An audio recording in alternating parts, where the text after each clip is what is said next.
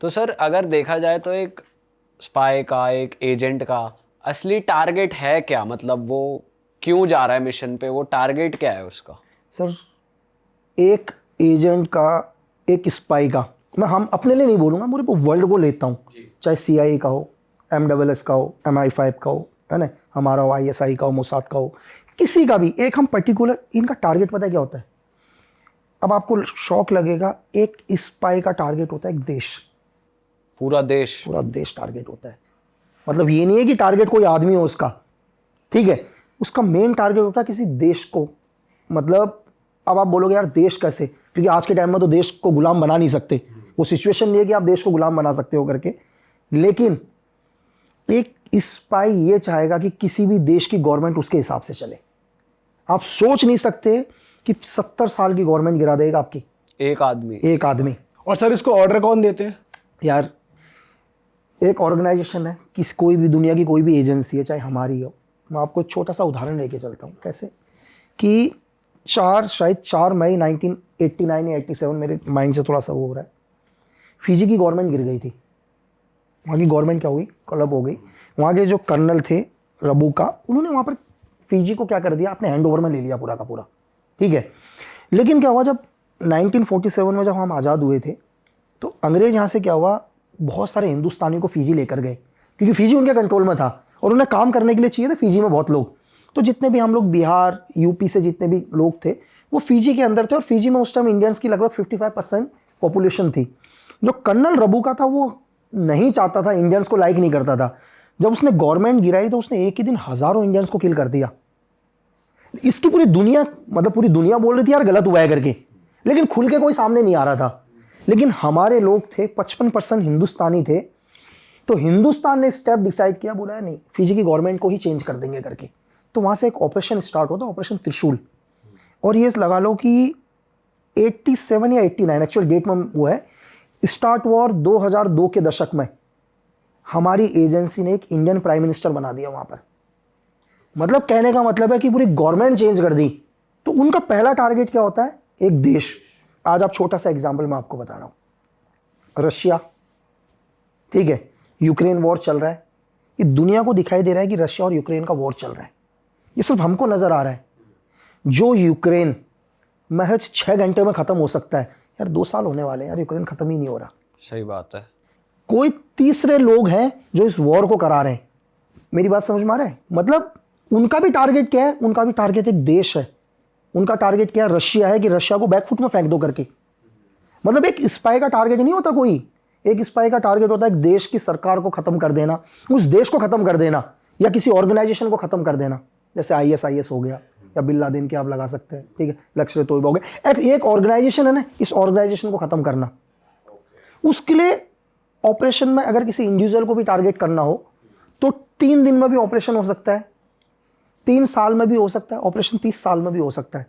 ऐसा नहीं, आपको समझ में नहीं आएगा कि यार ये ऑपरेशन, उस ऑपरेशन के लिए कई सालों से प्लानिंग होती है। अगर किसी देश की गवर्नमेंट कोलैप्स हो गई तो ऐसा नहीं है यार कि 2 दिन पहले डिसाइड किया है, ये कई सालों की मेहनत होती है। और ये लोग क्यों करते हैं ऐसा? आप क्यों चाहोगे किसी देश की गवर्नमेंट को गिराना? ये बहुत बड़ा क्वेश्चन है ना यार। यार क्यों चाहोगे? अब हमारे बगल में देख लो ना, श्रीलंका खत्म, नेपाल में कंट्रोल कर लिया, बांग्लादेश वैसे खत्म हो गया। रीज़न क्या है कि एक उदाहरण के लिए 1947 से लेकर हमारे देश में कांग्रेस गई नहीं थी यार। आप कांग्रेस की सरकार देखो, तो जब मुरारी देसाई जी की सरकार आई तभी कांग्रेस की सरकार गई। USSR कभी चाहता ही नहीं था ये सरकार जाए करके। आपको लगता है, हमें लगता है कि हमारी गवर्नमेंट सिर्फ हम ही डिसाइड करते हैं। हमारी गवर्नमेंट किसकी बनेगी ये कुछ और भी लोग हैं जो डिसाइड करते हैं। आज भी ऐसा हो रहा है सर? दुनिया में हर जगह ऐसा ही होता है सर। और मैं भी यही चाहूँगा। फॉर एग्जाम्पल अभी कल US में क्या चल रहे हैं, इस टाइम इलेक्शन चल रहे हैं, ठीक है, US में इलेक्शन चल रहे हैं, तो मैं भी यही चाहूँगा यार कि मेरे बेनिफिट के लिए किसकी सरकार आनी चाहिए। अगर आप ही हो, आप एक छोटा सा एग्जाम्पल लेकर दो, आप अपने मोहल्ले के अंदर एक प्रधान को खड़ा करते हो, ठीक है, प्रधान के इलेक्शन में भी 10 गुट हो जाते हैं, एक बोलता है ये प्रधान जीते, दूसरा बोलता है ये प्रधान जीते करके। उनका निजी फायदा होता है ना यार, उनका क्या निजी फायदा, अगर ये प्रधान जीतेगा तो कुछ एक ठेके इसको मिल जाएंगे, कहता है मेरा जीतेगा तो मेरे को ठेके मिल जाएंगे। इसी को आप बड़े लेवल पर ले लो, अगर यूएस में ये प्रेसिडेंट आएगा तो मेरे देश को ये फायदा होगा, ठीक है। एक एग्जांपल के लिए, यूएस के अगर जहां जहां पर ऑपरेशन चल रहे हैं वहां से आर्मी विड्रॉल करेगा ट्रम्प, या बाइडेन ट्रम्प आर्मी को विड्रॉल करेगा, तो ये बड़े लेवल पर है। तो आप सोच सकते हैं कि देश भी ये प्लान करता है कि सरकार किसकी आनी चाहिए करके। सर अगर कभी टारगेट मिस हो जाए आपका, जैसे आप किसी मिशन पे हो एंड कुछ अलग हो गया, या पब्लिक प्लेस, जैसे मतलब मैं मूवी के रेफरेंस से बता रहा हूँ, पब्लिक प्लेस पे कोई मिशन एग्जीक्यूट करना है, कुछ गड़बड़ हो गई या आउट ऑफ कंट्रोल सिचुएशन चली गई, तो हमने मूवी में किसी और की कोई सिविलियन मर गया या कुछ हो गया, तो डैमेज कंट्रोल यही है गवर्नमेंट का कि हम इसको नहीं जानते, या कुछ और बैकअप प्लान्स रहते हैं? अच्छा, आप मुझे ये बताइए सर, एक इंडिविजुअल आदमी की ज़्यादा वैल्यू है या देश की वैल्यू है? देश की वैल्यू। देश की ना, देश के लिए हज़ारों लोग कुर्बान।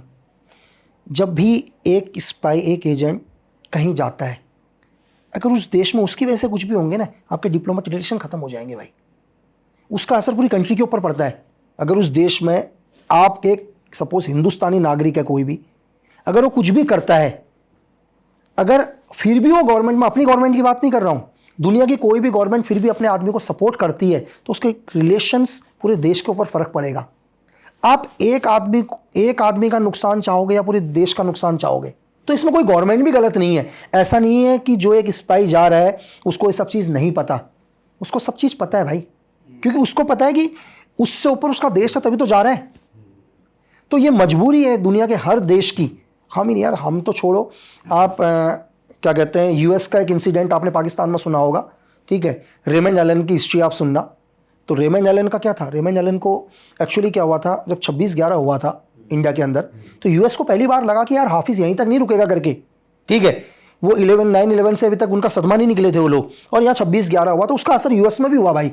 तो सीआईए ने पहली बार प्लान किया, सीआईए ने बोला कि हाफिज़ को क्या करो, ग्लोबल टेररिस्ट घोषित करो करके, और यूएस ने यूएन में उसको ग्लोबल टेररिस्ट के लिए मांग उठाई, और चाइना ने वीटो पावर का यूज़ किया और ग्लोबल टेररिस्ट घोषित होने से रोक दिया हाफिज़ को।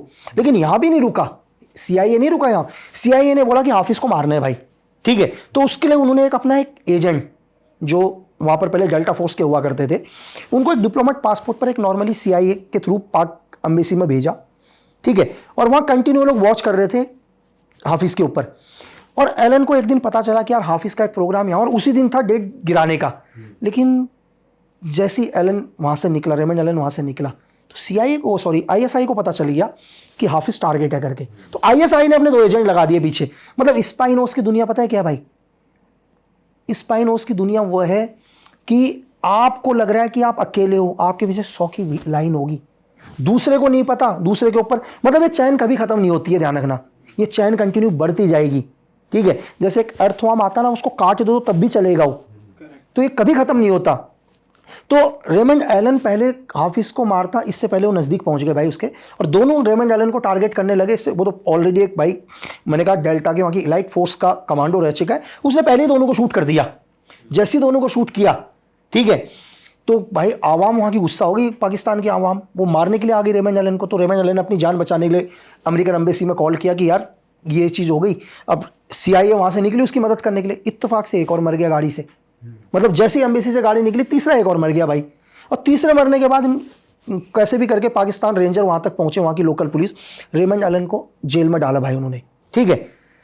मतलब अमेरिका को भी कम से कम 3 महीने लगे अपने एजेंट को बाहर निकालने के लिए, और सीआईए ने अपने एजेंट को निकालने के लिए 21 लोगों की किलिंग करी है पाकिस्तान में, और सरिया लॉ निकालकर रेमंड एलन को लेकर गए।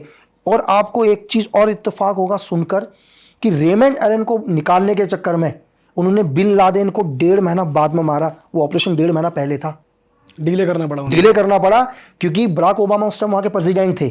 बराक ओबामा को पता था अगर हम इस टाइम बिन लादेन को पाकिस्तान में मारेंगे तो रेमंड एलन को पाकिस्तान में फांसी दे देगी पाकिस्तान गवर्नमेंट, क्योंकि इतना प्रेशर होगा पाकिस्तान के ऊपर। तो उन्होंने ये बोला कि नहीं भाई, पहले हम रेमंड एलन को निकालेंगे, उसके बाद क्या करेंगे, बिन लादेन को मारेंगे।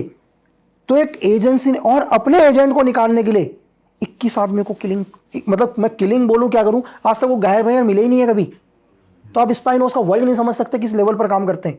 सर आपके थोड़े मिशंस की बात करते हैं।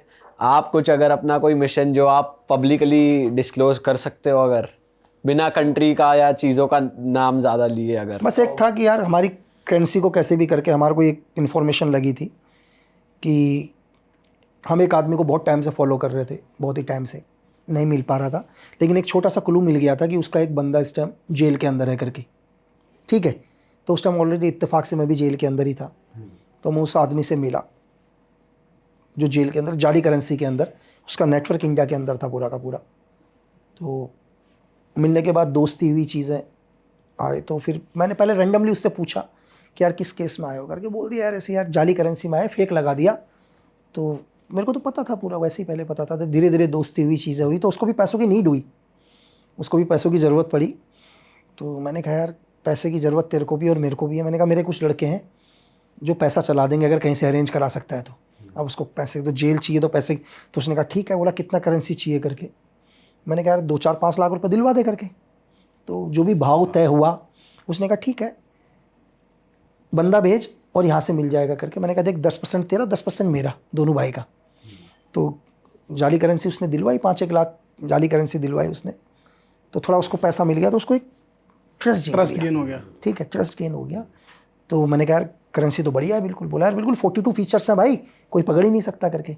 ठीक है, तो हमने उन नोटों को चेक करवाया और पता चल गया कि ISI के नोट है करके, पाकिस्तान से पूरा इंडिया आ रहे हैं करके, वो फीचर्स पूरे के पूरे पाकिस्तान के हैं करके। ठीक है, तो फिर मैंने उसको बोला कि यार ये बढ़िया, तो अगली डील एक करा, 50 लाख की डील करवा दे।